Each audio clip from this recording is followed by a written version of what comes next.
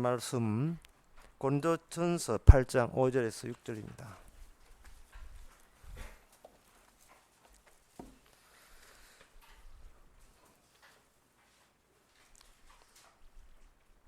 예, 4절부터 보겠습니다. 그러므로 우상제물 먹는 일에 대하여는 우리가 우상은 세상에 아무것도 아니며 또한 하나님은 한 분밖에 없는 줄 아노라. 비록 하늘에나 땅이나 신이라 칭하는 자가 있어 많은 신과 많은 주가 있으나 그러나 우리에게는 한 하나님 곧 아버지가 계시니 만물이 그에게서 났고 우리도 그를 위하여 또한 한 주 예수 그리스도께서 계시니 만물이 그로 말미암고 우리도 그로 말미암았느니라. 아멘. 이 세상에 이제 우상도 있지만 하나님도 계시고 또 예수님도 계시다는 겁니다. 그런데 안 믿으면 어떻게 할까요? 우상도 안 믿을 뿐더러 신들도 안 믿을 뿐더러 하나님도 안 믿고 예수도 안 믿겠다 하면 우리가 그렇게 나온다면 어쩔 건데? 이 사도 바울이 이에 대한 공격, 나는 어떤 신도 믿지 않겠다, 예수도 하나님도 나는 인정하지 않는다라고 했을 때에 사도 바울이 이 본문을 가지고 추궁할 수 있는 답변은 하나뿐이에요. 그러면 네가 속한 현실을 네는 곡해 오해하고 있다는 겁니다. 이 네가 속한 현실은 너를 위한 현실이 아니고 어느 것이 참된 신이었느냐를 보여주기 위한 하나의 현실판이었다. 네가 생각하기에 이 현실이라는 것이 너를 위하여서 너를 살기 위한 현실로 생각하지만 이거 인간을 위한 현실이라는 건 애초부터 없었다는 겁니다. 인간을 위한 현실 같으면 애초부터 인간은 죽음이 없어야 돼요. 왜 인간에게 죽음이 없어야 되냐 하면 인간은 계속 살고 싶으니까. 살고 싶은데 죽잖아요. 뭔가 살고 싶다는 이 시작이 마지막에 죽음으로 끝나거든요. 그러면 죽음이 현실이 아닙니까? 우리 죽음을 이 세상에서 쫓을까요? 그냥 사랑하는 사람, 내 좋아하는 부모님 계속 살았으면 좋겠지요. 그런데 연세 많아 떠나잖아요. 먼저 돌아가셨잖아요. 그러면 계산 잘못했네요. 이 현실에 대해서 내가 살고 싶은 것은 내 마음이고 현실은 그걸 용납하지 않는다면 그야말로 옛날 고대 사람들이 이 지구를 볼 때에 밖에 나가지 말아요. 멀리 가지 마세요. 왜? 거기에 절벽이 있기 때문에. 마치 세상이 이 지구가 절벽으로 펑펑처럼 있어가지고 멀리 나가면 그 떨어지는 것처럼 지금은 뭐 지구가 둥글다니 어떠니 하지만 사실 옛날 사람들이 자기의 마음을 그대로 현실을 잘 반영을 해준 게 돼요. 멀리 가지 마라. 무섭다. 떨어진다.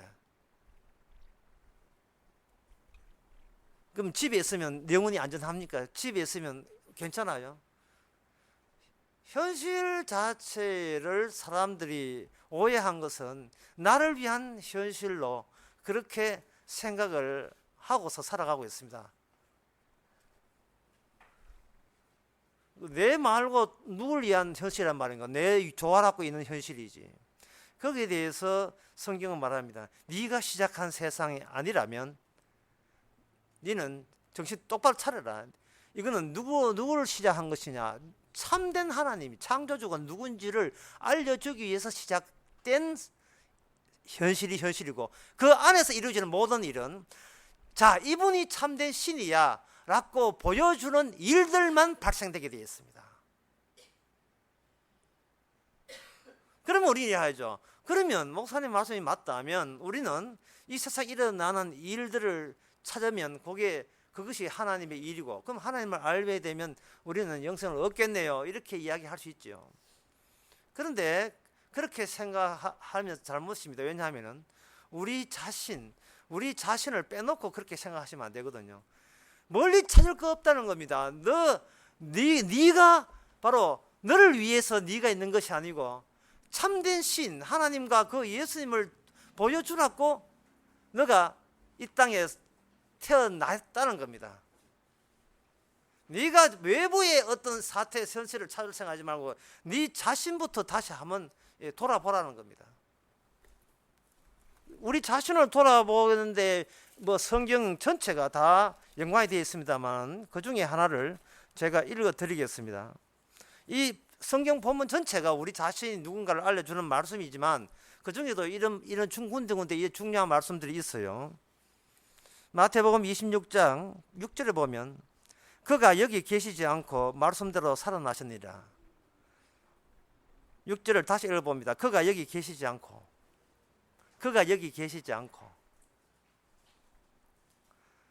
이 세상에 창조하신 분이 우리가 터잡고 있는 이 현실시에 대한민국에 계시지 않는다는 겁니다. 왜 사람인데, 같은 사람인데 왜 어떤 분은 이 지구에 계시지 않고 우리 나 같은 사람들은 뭐 죽지 않고 이 세상에서 계속 살아야 되고, 왜 그분은 분명히 갈릴리 사람이고 이 유다 나라에서 활동했는데 유독 그분만은 왜 계시지 않는 거냐 말이죠. 그리고 이 마태복음 28장의 이야기가 더 대화가 무덤에서 일어난 대화거든요. 그는 이 무덤에 계실 분이 아니고 라는 뜻입니다. 그는 무덤에 계실 분이 아니고, 그 말을 풀이하게 되면요, 니들이 사는 곳이 무덤이야 라는 뜻이에요. 니들이 사는 곳이 무덤이야. 그분은 죽음을 벗어나야 될 뿐인데도 불구하고 너희들은 죽음에 갇혀있는 존재다, 이런 뜻이에요. 단순히 우리가 뭔 자를 모르는 정도가 아니고 우리가 원치 않은 다른 지경에, 다른 형국에 우리가 지금 갇혀있는 입장이라는 겁니다. 그런데 우리는 갇혀있다는 느낌을 못 받고 있거든요. 갇혀있는 느낌을 못 받지만 의식은 어떤 의식이냐 하면 어쨌든 간에 내 새끼 먹고 살아야 된다. 그거 어쨌든 살아야 된다. 그거 한 만큼 눈만 뜨면 강렬하게 다가오는 것은 어쨌든 살아야지, 더 살아야지. 어디에서? 이 세상에서. 그런데 마태복음 28장 6절에 보니까 그분은 이 세상에 계시지 않고, 왜? 이곳은 바로 무덤에, 이 세상 자체가 무덤으로 의미가 확장되기 때문에 그렇다 이 말이죠.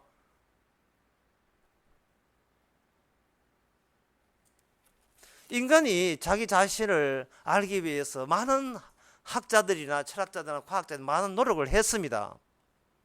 많은 노력을 했는데 그들이 수천 년 동안, 수천이 뭡니까? 5천 년 이상 철학적으로 학문적으로 열심히 예를 섰는 그 결론이 성경에 보면 짧은 요 단락으로 그것이 표현되어 있어요. 진짜 짧게 표현되어 있습니다. 그렇게 예를 섰는데, 예를 들면 이런 거죠. 인간이 무엇인가? 인간은 뭔가 의식하는 존재다. 그럼 인간의 의식은 어디서 왔는가? 인간은 어디서 왔는가? 옛날에 중세 그 신학에서는 인간은 하나님의 의식을 줬다고 생각했지요. 그런데 백날을 줬다고 해도 그 별 관심, 실제 살아가는 데서는 그건 그 신경 쓰지 않잖아요. 목사도 신학 관심 없는데 일반 교인이 신학 관심 같은 게 있습니까? 관심사는 따로 있어요. 어떻게 내 가정 잘 수술해 가지고 밥 먹고 사느냐, 살아남느냐, 수입을 올리느냐, 그 관심이 있거든요. 그래서 20세기 초반에 좀 들어봤죠. 마르크스라는 그런 철학자가 있어요.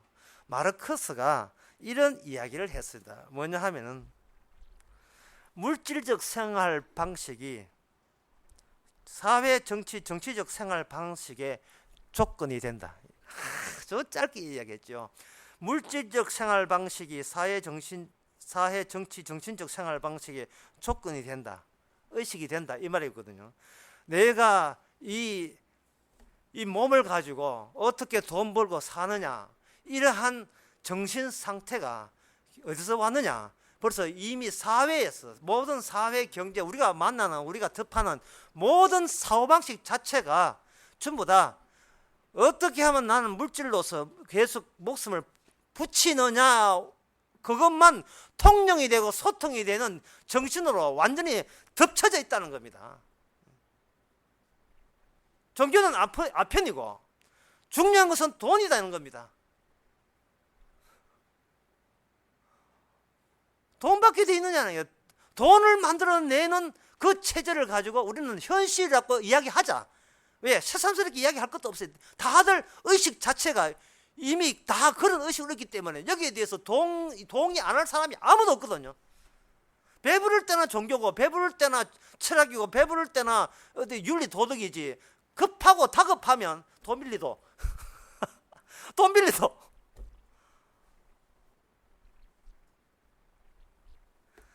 인간은, 사람은 자기가 돈을 위해서 살지 말고 하고 싶은 일을 해야 된다. 말이 맞아요. 그런데 하고 싶은 것도 자꾸 하면 지겨워요. 나중에 한 30년 근무하는데 왜 합니까? 돈 벌러 가지 뭐. 무슨 사명, 그런 거 사명 돈 앞에 다 팔아먹은 지 옛날이에요.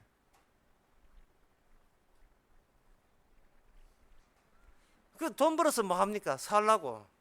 그러면 언제까지 살 거예요? 그래서 늙어 죽을 때까지. 그 언제 그 죽습니까? 내가 돈 버는 기능이 멈출 때. 그거는 살아도 살은 게 아니죠. 퇴직자 이야기입니다. 그건 살아도 살은 게 아니죠. 왜 살았가 싶으죠. 뭔가 그냥 일할 때도 산 게 아니에요. 돈을 벌 때 식구들한테 가장으로 대우받을 때, 야, 이 진정 산 것 같고, 그거 없으면 이 살아도 이 좀비 같아. 괴물이 귀신 같아요. 이게 사는 걸로 간주를 해주지 않습니다. 그걸 가지고 의식이고, 그 의식이 인간의 마음이고, 그 마음에는 다른 마음이 없다는 거죠. 그런데 이 방금 이렇게 수쳐서 내는 결론이 창세기 4장에 나오면 아주 간단하게 되어 있어요. 그거 몰랐죠? 관심들이 있어야 말이에요. 창세기 4장에 보면 라멕이라는 사람이 이런 이야기합니다. 아다야 신라야 내 소리를 들으라. 라멕의 아내들이여 내 말을 들으라. 나는 창상을 위하여 내가 사람을 죽였고 내가 상함을 인하여 소년을 죽였도다. 간을 위해서는 벌이 7배인데 라멕 자기 자신을 위해서 건드리면 벌이 77배라 이렇게 되어 있어요. 이러한 심상, 의식, 마음가짐, 사고방식은 이거 누구한테 물려받았냐 하면 그 앞에 있는 가인에게 물려받았습니다. 왜냐하면 그 가인의 자손이거든요. 그러면 가인이 동생 아벨을 죽였거든요. 이러면 그 정도는 성경 안다고 치고 그냥 들어가는 겁니다. 아벨이 누구십니까? 물으면 그건 다른 시간에 물으세요.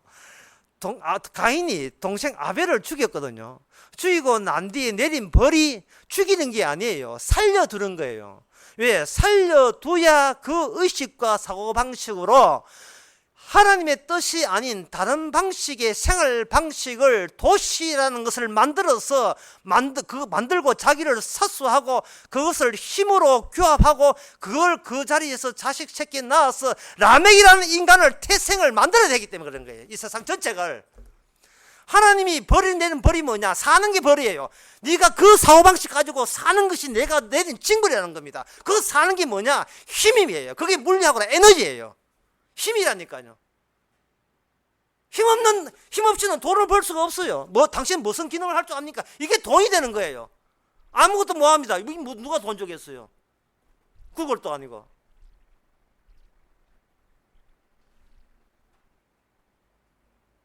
사회적 의식이 개인의 의식이다. 따라서 인간은 사회에서 벗어날 생각하지 마라. 네가 노리는 것은, 네가 원하는 것은 이제 하나밖에 없다. 이 통일된 힘만 인정되는 이 도시 사회에서, 이 세상에서 네가 영웅이 되고 성공하는 거, 그렇게 되면 네가 힘을 모아야 되고, 그게 바로 라멕의 반복이죠. 그게 바로 오늘날 우리가 보는 두자로 현실이라고 표현한 그 현실입니다. 그 현실이에요.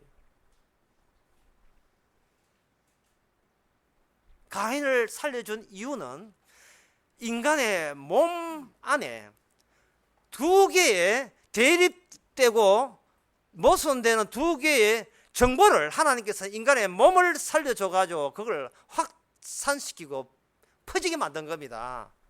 인간의 몸을. 이것도 살짝 어렵다. 또 풀어드릴게요. 지난 시간에 출애굽기를 인용을 했더니만 또 누가 또 출애굽기를 또 묻는 모양입니다. 그래서 출애굽기 출애굽기 그 중에서 여러 개 어렵지만 그 중에 지난 시간에 했는 게 4장이다 말. 4장에서 이제 무슨 이야기를 했냐 하면 모세가 지팡이에 던지니까 뱀이 되고 다시 집으니까 또 지팡이 뱀 되고 그걸 다시 집으니까 지팡이 됐다는 그 의미가 뭐냐. 그리고 모세가 자기 품속에 집어넣으니까 멀쩡했던 손이 문둥병이 돼서 나왔는데 왜 하나님께서 의도적으로 모세에게 그런 기적을 베풀어 주었습니까? 도대체 이 의미가 뭡니까? 라고 이제 많이 물을 것 같아요. 우리 교인들은 별로 묻지도 않아요. 어떤 한 강사가 말하기를 공부할 때부터 처음부터 적으면 이건 초짜고 중간에 적으면 이거는 중간쯤 내고 진짜 똑똑한 아는 끝나도 아무것도 안 적는다는 거예요. 우리 교인들이 다 그래 같아요. 아무것도 안 적어. 뭔가 새로운 같은데 끝나왔는데 아무것도 남는 게 없더라. 다 잊어버렸다. 그래 우리 교회 처음에 올 때는 막 적다가 다음부터 안 적어요. 도대체 이게 하나님께서 무슨 목적이 의도가 있을 건데 그 의미가 뭐냐 하는 거죠. 그 의미가 뭐냐 하면은 너에게서 너가 나오느라 하는 거예요. 사람아, 네가 사람에서 나오느라 말이죠. 왜? 너는 지금 뱀을 깔고 앉았는 거예요. 지금 주님께서 창총을 돌고 뱀을 쏘는데 인간이 자기가 깔고 앉은 게 뭔지 모르고 깔고 앉는 거예요. 왜 주님 저보고 총 뒤놓습니까? 비켜! 좀 쏘게! 이 말이거든요.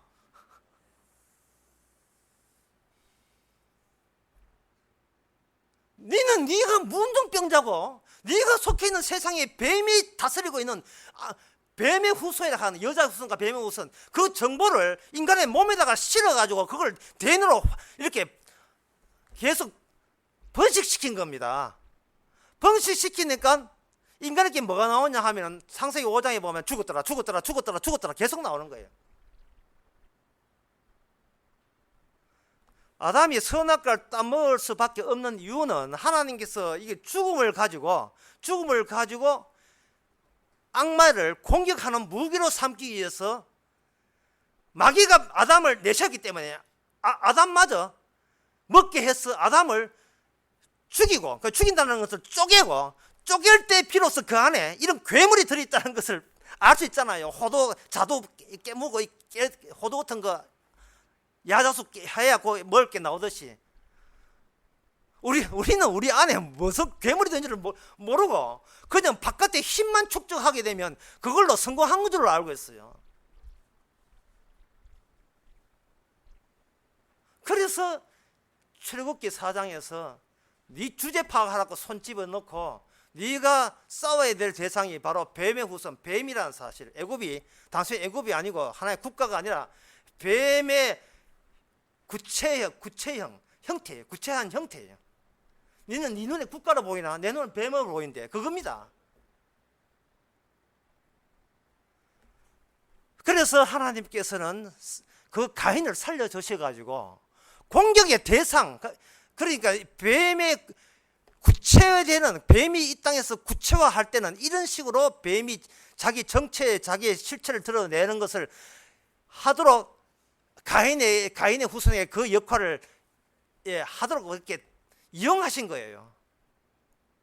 모든 인간이 이미 지배받았기 때문에 모든 인간이 힘이고 에너지고 그밖에 모르죠. 그게 힘이 있으면 그걸 지르는 줄 알고 그렇게 생각합니다. 아인슈타인도 죽었는데요. 죽으면서 왜 죽은지도 몰라요. 자기는 상대성 원리 이렇게 주장하지만 그 원리 백날 해도 죽잖아요. 왜 죽은지 몰라요.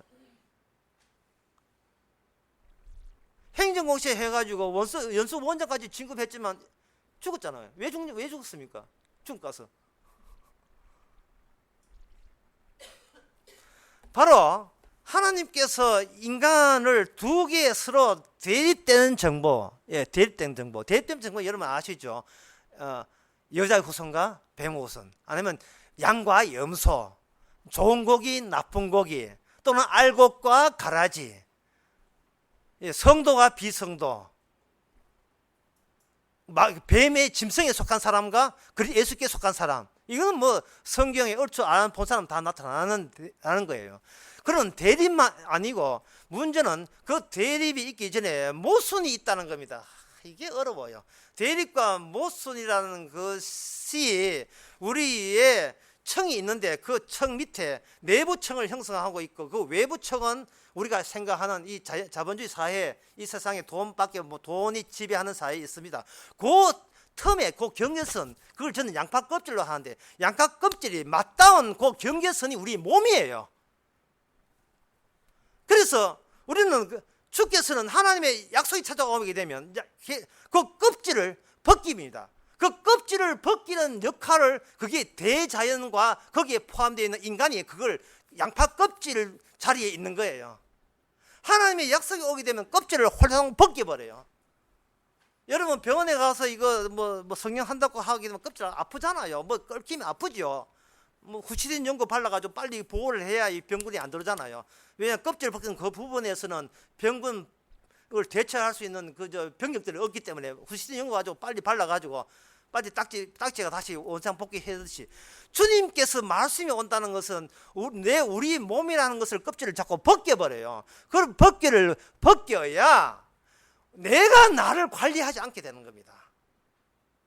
내가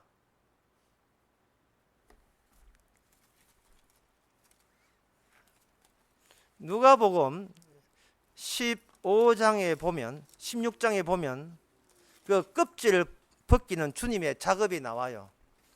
있는데 16장에 나오는 그 초반의 이야기를 흔히 교회에서는 이렇게 합니다. 불의한 청지기라 비유라 이렇게 이야기해요. 불의한 청지기 비유가 뭐냐 하면은 회사 돈을 회계장부를 엉터리를 하니까 사장한테 들켰어요. 사장이 네 요번 달 하고 나가 하고 퇴출시켰습니다. 요번 달만 하고 내 다음 달부터 나오지 마 하니까 그 남은 기간 동안에 그 불의한 장부를 조작한 인간이 그 자기 행세 어디 갑니까? 그걸 그대로 들고 자기가 업무가 담당한 업무 실무자니까 자기하고 그 직접 거래하는 사람에게 회사에 큰 손해를 입힐 정도로 장부 조작을 해버리죠. 당신 우리 회사에 물건 1,000만 되면 내가 아직도 실무자로 아직도 있을 때 내가 1,000만 원 준 걸 알고 500만 원을 혼치해 가지고 당신 반으로 이익 보게 해줄 테니까 나중에 내가 쫓겨나거든. 그때 내 자리 주소 이런 식으로 조작을 했어요. 그러니까 이 손해난 회사에다가 더 손해를 내게 했어요. 그게 자기밖에 모르는 이거 얼마나 나쁜 인간입니까? 그래서 누가 봐도 나쁜 인간인데 그것을 가지고 뭐냐 하면 그게 하나님 예수님께서 하신 말씀이 그래야 살아남는다는 거예요. 이 세상에서. 그게 누가복음 16장에 나와 있는 이야기입니다. 성경에 나와 있는 이야기예요. 공자 부처 같으면 이런 소리 못합니다. 예수 믿으니까 이런 이야기 하는 거예요. 잘난 껍질을 벗기라 이 말이죠. 잘난 껍질을 벗기면 불의한 청직이 들어있는데 너는 왜 그걸 몰래 감추고 있었나 이 말입니다. 바리새인이 듣고 저분이 미쳤나? 저 불의한 것이 어떻게 천국을 가고 그럼 우리는 지옥 가고 우리가 미처 알지 못하는 이거는 너무 뭔가 뿅 하고 뿅망치로 치는 것 뿅망치는 괜찮죠. 큰 오한마 큰 쇠뭉치로 치는 것처럼 뭐야 이거 이런 이야기를 우리가 어떻게 납득을 하라고 무슨 소리야 삥 칠 때 고로한 이야기를 모순이라고 합니다. 설명하고 싶어도 설명이 안 되는 논리적으로 설명이 안 되는 모순이고 모순이 끝나고 나면 대립이 되어버려요. 나에게는 나가 없구나는 거. 주님께서 나에서 나를 던져버렸다는 겁니다. 그동안 주님의 몸을 가지고 내 몸이라고 우겼던 이 잘못된 사고방식이 사탄으로부터 주입된 의식이고 바로 마르크스의 물질적 생활 방식에 물들었기 때문에 내 몸 가지고 돈 버리면 그게 성공이다. 그 의식이 마치 진리인 것처럼 어릴 때부터 계속 품고 있었던 겁니다.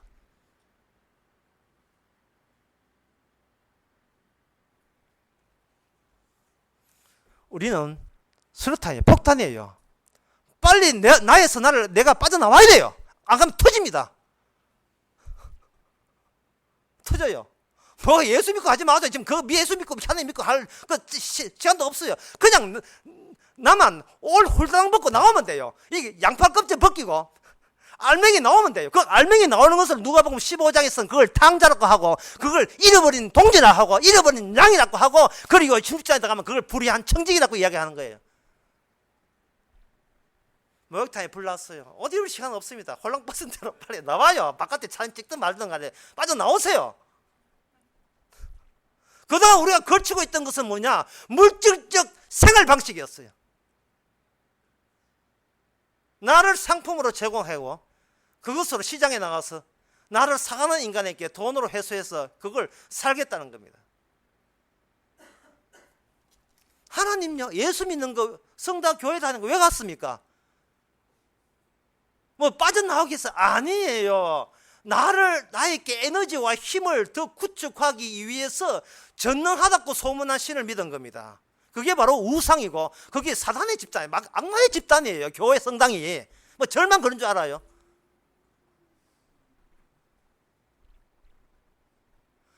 분명히 출애굽기 4장에서 하나님께서 직접 모세에게 찾아왔습니다. 하나 예를 들면 모세 찾아오기 전에 노아 찾아왔거든요. 노아한테 찾아올 때에 아침부터 이런 소리가 참 더러운 소리지만 이 복음을 위해서 할 수 없습니다. 참 이런 이야기 하면 집안 우산데, 어릴 때 제가 식구가 13식구였어요. 참 다복하죠.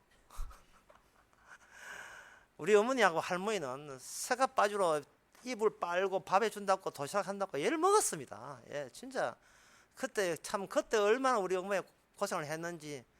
예, 아마 그래서 천심에서 지금 복 받고 있는 줄 모르겠어요. 고생 정말 너무너무 해서, 이 하녀도 아니고요. 옛날 다 그래 살았잖아요. 담요를 덮는데, 담요를 덮을 때는 위에 보면 표면은 멀쩡해요. 이런 이야기 꼭 해야 되지만 할 수 없어요. 또 뭐 들었냐 하길로 자극적일 수밖에 없는데, 담요를 하니까 이가 나오더라고요. 이가. 예. 바깥에서는 안 보이는데, 주님께서 노아 홍수를 통해서 이 대자연을 하는 담요를 이렇게 담요를 벗겨버린 거예요. 담요를 벗기니까 자기를 지켜줄 수 있는 담요가 날아가 버렸어요. 사람들은. 그게 바로 그들은 우상을 섬겼다는 지적을 나중에 계속 받게 됩니다. 왜냐하면 그들이 있던 후손들이 함과 셈과 야벳이 각지 흩어졌기 때문에, 흩어지면서 하는 행세들이 옛날 노아 홍수 때 했던 행세를 6장 5장에는 안 나오지만 그 뒤에서 점점 그 내용이 이제 슬슬 풀어 나오는 거예요. 나중에 11장 나가면 그 바벨탑 사는 것까지 계속 나오는 겁니다. 그때부터 이미 우상이 있었어요. 그 우상이 있다는 것은 증거는 바로 창세기 4장에서 그 라멕이 가인의 토시의 힘에 문명이 지배할 때에 조그만 하나 어떤 멀리서 오는 실마리처럼 아주 너무 약하게 보이는, 뭐 등불 좀 깜빡깜빡 약하게 보이는 이야기가 뭐냐 하면 창세기 4장 26절, 그때 비로소 여호와 이름을 불렀더라. 여호와 이름을 불렀더라. 실제로 주도하신 여호와께서는, 참된 신께서는 힘의 세계에서 힘도 못 쓰고 그냥 소수의 몇몇 되지 않은 사람에게 깜빡깜빡 꺼질 듯 하는데 안 꺼지고, 꺼졌는데 보면 또 꺼져 있고, 지금 목숨이 붙어 있는 거야, 유지하는 거야, 풍부한다는 줄. 너무나 미미한 에너지, 힘과 미미한 존재로 깜빡이면서 여호와 이름을 불렀더라는 겁니다. 그 여호와 이름을 부른 사람이 창세기 6장에 보면 하나님의 아들들이고, 그 깜빡이던 그들마저 나중에 땅의 사람들, 사람의 딸과 혼인해가지고 힘센 레피림이라는 힘의 용사들을 장식했습니다.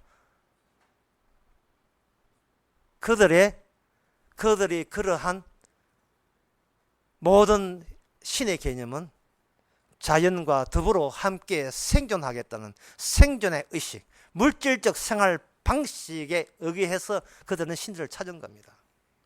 오늘 본문에 보면 여기에 하나님은 한 분밖에 없는 줄 아노라. 비록 하늘에 땅에나 신이라 칭하는 자가 있어 많은 신과 많은 주가 있으니, 많은 신과 많은 주가 있으니라고 했거든요. 그래서 성경에 봐도 많은 신들이 나와요. 금오스, 금송아지, 기운이라는 신은 별, 내려갈 하는 신은 사자, 노뱀 나오고 너보 학문의 신, 너우스단 노뱀, 니스로의 신은 큰 독수리, 아수리의 큰 독수리, 니파스라서는 아수리의 개, 다고이라 하는 것은 반투먼 인간이고 반투먼 물고기, 이거 블레셋 신이거든요.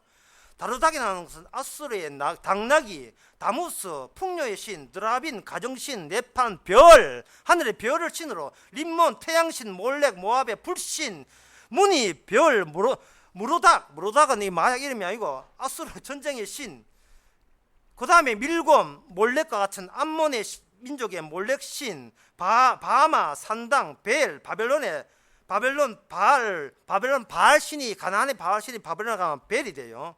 그 다음에 가나안 신, 바알 브렉, 같은 신, 숫꽃 브렉, 여신, 서스와 헤메, 제우스 신, 아남멜렉, 달의 신, 아데미, 헬라의 다신의 여성, 아드리멜렉, 헤의 신, 아스다롯, 가나안 바엘신의 마누라, 아시마, 염소, 아세라, 다섯 그 마누라고, 아세라도 마누라고, 하늘 왕후, 갓, 별.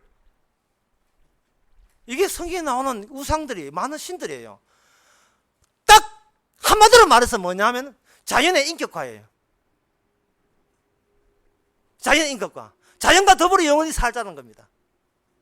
그게 브랭케, 담요예요. 거기 양팔 껍질이에요. 껍질에 우리도 같이 묻혀서 나와야 돼요. 벗겨야 져야 돼요. 벗겨야 지게 되면 두 가지 정보밖에 없습니다. 뱀에 속했느냐, 여자에 속했느냐, 달랑 두 개의 정보만 남아요. 그동안 우리는 우리의 몸을 나의 소유라 여겨가지고 그걸 먼저 움트려야 되고 거기에 두꺼비 집이 되는 줄 알고 그 안에 파묻혀서 점점 키 들어가요. 그 안에 막 키 들어가요. 주께서 두드리면서 요한계시록 3장 20절 주께서 두드리면서 거기 누구 계세요? 하면 저리 가세요. 나 안 나갈 거예요. 누구든지 주의 음성을 듣고 영접하면 그게 뭘 되는데 이게 안 돼. 나올 생각을 안 해요. 제가 안에서 예수 믿겠습니다. 나올 생각하지 않고 그저 내가 예수 믿을 테니까 내 껍데기 몸이나 잘 간수해 주세요. 그저 몸의 간수, 건강, 행복, 출세, 영광, 내 빛난 것. 갈라디아서 3장에서 하는 말이 갇혀있다. 그 네 죄에서 갇혀있는 거야. 저 죄 지은 거 있지만 착한 일 했잖아요. 그게 아니야. 네가 모르는 죄에 갇혀있다는 겁니다. 네가 다 평생을 해도 모르는 죄에 갇혀있다는 겁니다. 그걸 네가 네 죄를 해결할 생각하지 말라는 겁니다. 거기서 너 자신에서 네가 나오면 된다는 겁니다. 그러면 내 자신에서 내가 나오면 이 몸은 누구 겁니까? 주님 거야. 주님 거. 네 거 아니야. 주님 거. 내 것 아닌 네 것 같은 내 것. 그런 거 아니야. 이거는 주님 거야. 주님 거. 주인이 자기 거 찾아온 거예요. 자기 거 찾아온 거예요.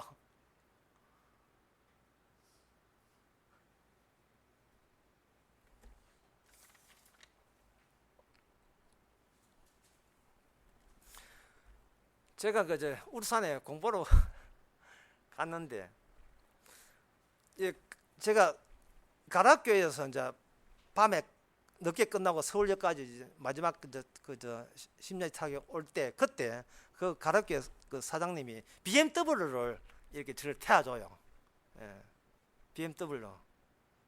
지가 알아서 다 충돌 방지하는 그 정도로 인텔리젠트한 아주 스마트한 차인데, 그거 BMW로 타고 오고, 제가 울산에서 울산역에서 공부하러 갈 때는 뭐냐 하면은 차 이름도 모르겠어요.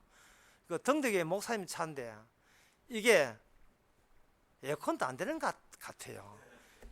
이게 올라가 내리는데 이것도 고장 나가지고 이것도 안 돼요. 그런데 어느 게 편하냐 하면은 그 20년 고물된 차가 편해요. 왜냐하면 BMW 하니까 차 안에 내가 있는 건 느낌 드는데, 이 차 고물차 타면 마치 차 밖에 내가 나와 있는 것 같은데 전혀 차를 안 탄 것 같아요. 최고의 성취감이에요. 꼭 오토바이 타자. 오토바이 타는 것 같아. 꼭 오토바이 타는 기분이에요. 완전 무방비라. 그러니까 울산의 그 이정 목사님 그 차는 더 이상 나를 방어할 수 있는 어떤 여지가 없어요. 현실의 그 바람을 온몸을 받습니다. 그런데 그 BMW는 내 방어 장치가 너무 두꺼워요. 이게 기소에 또 안 태워주면 또 곤란한데. 하나님께서 노아 홍수 때 하나님의 언약을 우리의 정보다가 바꾸치기 하기 위해서 노아 홍수 때 어떻게 살아난 건 신약에 나옵니다. 먹고 마시고 시집가고 장가고 시집가고 끝이에요. 예. 근데 그 먹고 마시고 장가하면 자연이 안정이 돼야 돼. 불안정하면 안 돼요. 이 자연과 안정 속에서, 자연 속에서 그 BMW 안에서 그 안에서 먹고 마시게 되면 이게 사는 존재의 의미다, 이렇게 생각하는 겁니다. 그런데 창세기 4장에 보서 여호와를 이름을 불렀다 하고부터 해서 창세기 5장에다 가면 아담 죽었더라, 누구도 죽었다 나오는데 딱 그 에녹에 나오게 되면 죽지 않고 거기 하나님과 동행했더니만 살았다가 나온 거예요. 이게 바로 모순관계예요. 나는 죽어야 되는 건 마땅한데 주여 왜 저를 살려줍니까?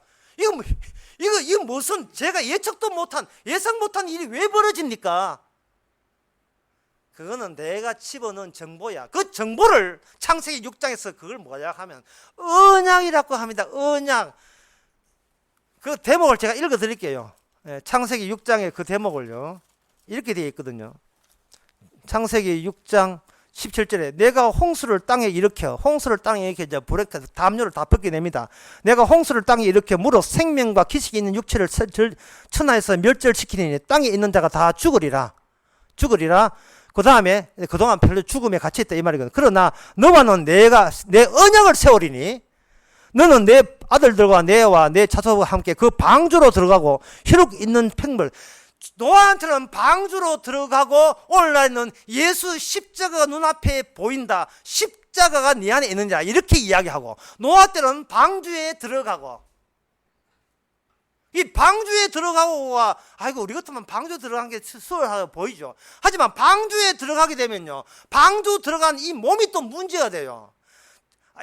철저하게 몸에서부터 나오면 좋은데 아직도 몸을 가지고 있으면 행함이 되어버려요. 행함 없는 구원이 되려면 시작이나 이 현실이 나를 위한 현실이 아니고 내가 시작한 현실이 아니다는 뜻입니다. 행함 없는 구원이 있다는 이유는, 행함으로 구원받지 못한다는 이유는 이 세상의 현실의 시작을 네가 한 게 아니고 내가 했다는 겁니다. 그러니까 네가 새삼스럽게 11조 안식일, 목사 섬기기, 교회 다니기, 예배드리기 이런 시도를 할 필요가 없다는 거예요. 전도하기, 회개하기, 기도하기, 그런 게 그딴 게 필요 없다는 이야기예요. 갑자기 해방감을 느끼십니까?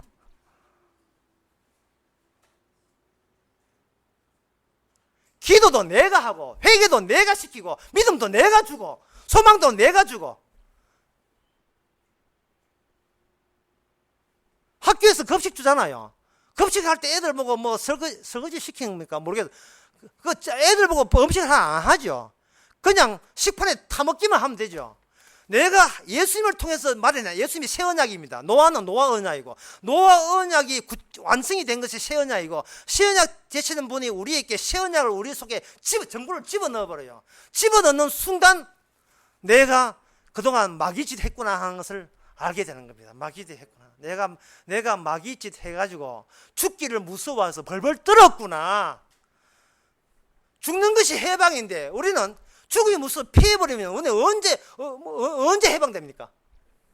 우리가 언제 해방돼요? 이래가지고 기도해서 주여 기도하면 더 살 수 있습니까? 헌금하면 더 살 수 있습니까? 오늘도 예배 참석했으니까 더 밥 먹고 살 수 있습니까? 맨날 뭐를 하든 간에 그냥 이 자연과 함께 살는 거야. 그게 바로 우상입니다. 그게 바로 우상입니다.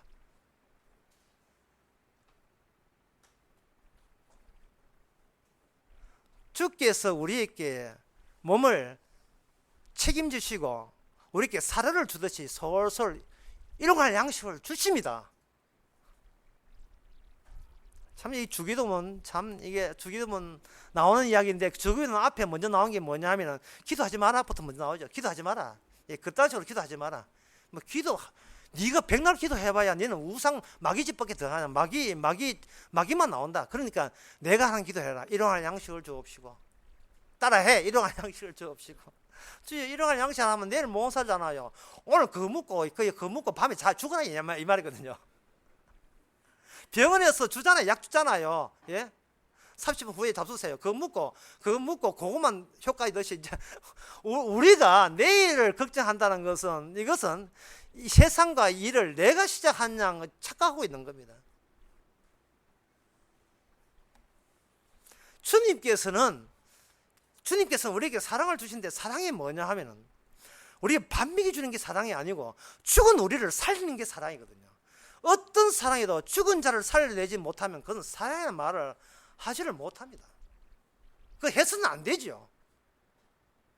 남자친구가 여자 보고 나 당신을 사랑해 그러면 여자가 물었어요. 죽은 나를 살 수 있느냐? 남자가 미쳤나? 그건 사랑 아니죠. 그러면 내 살기도 힘든데 니까지 뭐 챙기느냐 이 나오겠죠. 그건 사랑이 아니죠. 즐기는 거죠. 하나님께서는 우리를 살리기 위해서 당자를 구원하듯이 잃어버린 동전과 양을 가듯이 항상 우리를 극단으로 죽음으로 몰아넣는 겁니다. 왜냐하면 너희들은 이 세상은 인간은 안 죽어요. 오직 예수님만 죽습니다. 예수님의 죽음이 파도가 되어서 우리에게 넘쳐서 우리가 죽게 된 거예요. 예수님의 십자가 죽음 안에서 진짜 저주가 무엇이며 죄가 무엇이며 죽음이 무엇이며 생명이 무엇인가 십자가에서 나오거든요. 따라서 그 십자가 우리에게 오게 되면 우리는 처음부터 죽도록 되어 있는 존재입니다. 그래서 이게 재료를 흙으로 만들었어요. 오래 못 가도록. 고린도전서 15장에 보면 네가 흙으로 만들었으니까 흙으로 돌아가는 게 당연한데 뭐 그래 군수가 많으냐. 이제는 하늘의 생명, 하늘의 형상, 예수님께서 죽으시고 부활하신 그 하늘의 생명을 교체하기 위해서 우리는 우리의 구닥다리 이 흙은 죽어야 되는 겁니다. 그럼 자살할까요? 자살하면 안 돼요. 언약에 와서 죽여야 돼요. 그럼 언제 죽이십니까? 지금 죽이잖아. 지금 우리가 매일 사는 게 지금 죽는다는 말은 그 원인과 함께 있어야 돼요.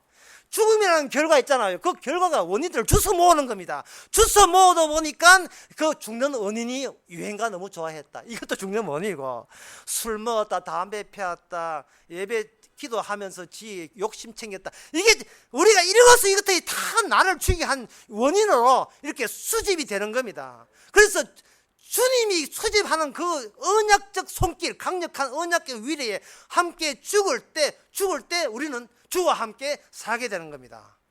그래서 우리가 삶이 주님을 위한 삶이에요. 주님이 보여준 사건, 무엇이 죽음이며 무엇이 생명인가, 무엇이 죽음이며 무엇이 생명인가를 위해서 우리가 그 보조적 기능으로 이 땅에 지금 남은 여생을 지금 꾸준하게 살려냄을 당하고 있는 겁니다. 살려지고 있는 거예요. 한순간도 주님은 우리를 포기한 적이 없습니다. 놓치지 않았습니다. 자기 건데 왜 그걸 포기해요? 자기 거기 때문에. 매 순간에서 주님 이름을 부르게 하시는 거예요. 그게 창세기 4장에 나오는 이야기입니다. 무슨 말이냐면 이런 이야기예요. 오해하지 마세요. 야, 참 이 목사님 말씀 들으면 이 세상은 진짜 마르크스 말처럼 밥 먹고 살기 위해서 사는 세상, 따라서 힘이 있어야 왕이 되고 행세질하고 건드리기만 해봐라 죽여버린다 하는 그것만에 통하는 진리가 되는 세상이구나. 그래서 나는 주의 이름을 부르기 때문에 그래 안 살아야지. 안 살면 어떻게 할 건데? 그렇게 안 살면 내가 내 보호항색이 되잖아요. 그런 건 없어요. 그냥 우리로 하여금 그냥 그 세계에 내던져져요. 니도 똑같아. 다만 주의 이름을 그 가운데 비로소 제대로 진정성 있게 진짜 나가 사라진 입장에서 주의 것이 된 입장에서 부를 수 있는 주의 이름만이 주의 이름입니다. 이게 그 시편의 19편에 시편 9편에 보면 이런 말씀이 있어요. 시편 9편 6절에 보면 이런 말씀이 있습니다. 여기 원수가 끊어져 영영이 멸망하여 사오니 주께서 무너뜨린 성읍들을 기억할 수가 없나이다. 많다는 뜻이에요. 주께서 무너뜨린 성읍. 오늘 본문에 봅시다. 오늘 본문에 보면 많은 주가 있으나 오직께는 하나님 계시니 만물이 그의 거 우리를 위해서 한 주 예수님이 났죠. 그 주가 시편 9편 6절에 보면 성읍을 무너뜨린 분이거든요. 그러면 주님은 우리 가지고 지금 전쟁을 하는 중이에요. 주께서 전쟁하는 중입니다. 그래서 우리는 주님의 말은 뭐냐, 살려주세요가 아니라 나를 가지고 마음껏 전쟁해 주세요, 그런 뜻이에요. 마음껏 전쟁해 주세요. 무슨 전쟁? 물질적 생활 방식이 인간의 마음의 요건이 된다는 거, 인간의 의식으로 점령이 된다는 이 사실을 절실하게 마음껏 느끼면서, 여러분 뭐 대구든 뭐 전주든 어디 가서 마음껏 느끼세요. 돈 없이는 못 산다는 걸 절실하게 느끼면서, 주여 여기서 내가 승리할 수 없었는데 이미 결과적으로 주께서 승리케 하셨습니다. 그럴 때 비로소 주님이 나의 주님이 되는 겁니다. 자, 끝으로, 그러면 목사님이 그래도 세상에서 성도가 살락하면 뭔가 취직해야 되지 않습니까? 그래도 뭐 승진하려고 하면은 뭐, 예, 나는 전도사도 아니고 그냥 침례가 아니고 그냥 앞으로 나 국무총리만 생각할 거예요, 뭐 그런 이야기 해줘야 국무총리 안 쫓아내고 해서 할 수도 있을 문제고, 예, 그분 요번 신학교 나왔거든요. 저는 전도사로 있거든요. 침례교 교회에 지금 국무총리 되신 분, 예, 그분이. 자, 그럴 때는 그렇게 대처할 때는 어떻게 해야 되는가? 출장도 가야 되고 어떻게 해야 되는가? 성경에는 딱 해답이 나와 있어요. 뭐냐면 그걸로 가지고 그들만의 리그가 되라 하라. 그들만의 리그, 그들만의 노는 파티장이 되게 하라 말이죠. 그러면 우리는 고린도전서 1장에 전에 했습니다. 형제들아, 너희의 부르심을 보라. 육체를 따라 지혜 있는 자가 많지 아니하며 능한 자가 많지 아니하며 문물조가 많지 아니하다. 하나님이 세상에 미련한 것을 택하사 지혜된 자들을 부끄럽게 하시고 세상에 약한 것들을 택하사 강한 것들을 부끄럽게 하시며 세상에 천한 것들과 멸시받는 것들과 없는 것을 택하사 있는 것들을 폐하라 하시나니 결국 마지막에 오직 자랑하는 자는 예수만 자랑한다. 따라서 우리끼리의 리그를 만들면 돼요. 뭐냐? 예수 그리스도만 자랑하는 그런 우리들끼리 나올 때 그게 바로 주의 이름을 부르는 사람들입니다. 그들은 그들 리그에 놀라했어요. 대자연과 함께. 우리는 우리들끼리, 다시 말해서 천하고 못나고 아는 것도 가진 것도 없는데 오직 그리스도 때문에 거기서 탈피하게 되었음을 감사하는 새로운 리그, 메이저 리그, 마이너 리그, 메이저 리그. 그래 살면 되는 겁니다. 그게 바로 양과 염소요, 노선이 다른 겁니다. 두 개의 정보, 뱀의 후손과 여자의 후손이 오늘 우리 미역한 우리 몸을 가지고 주께서는 그 정보를 바깥으로 방출하게 되는데, 이것을 가지고 사도행전 1장 8절에서 예수의 정의라고 이야기하는 겁니다. 예수의 정의, 성령이 임하면 너희가 나의 정인이 되리라. 기도합시다. 하나님 아버지, 세상 똑바로 보게 하옵소서. 내 빼놓고 보지 않고 나를 포함해 시켜서 보게 하옵소서. 제발 나에게서 내가 빠져나오고 사람에서 빠져나오고 이 세상 무덤 같은 세상에서 새롭게 파견 근무하고 있는 주의 백성 되게 하여 주시옵소서. 예수님의 이름으로 기도합나이다. 아멘. 다 일어나셔서 510장 합시다.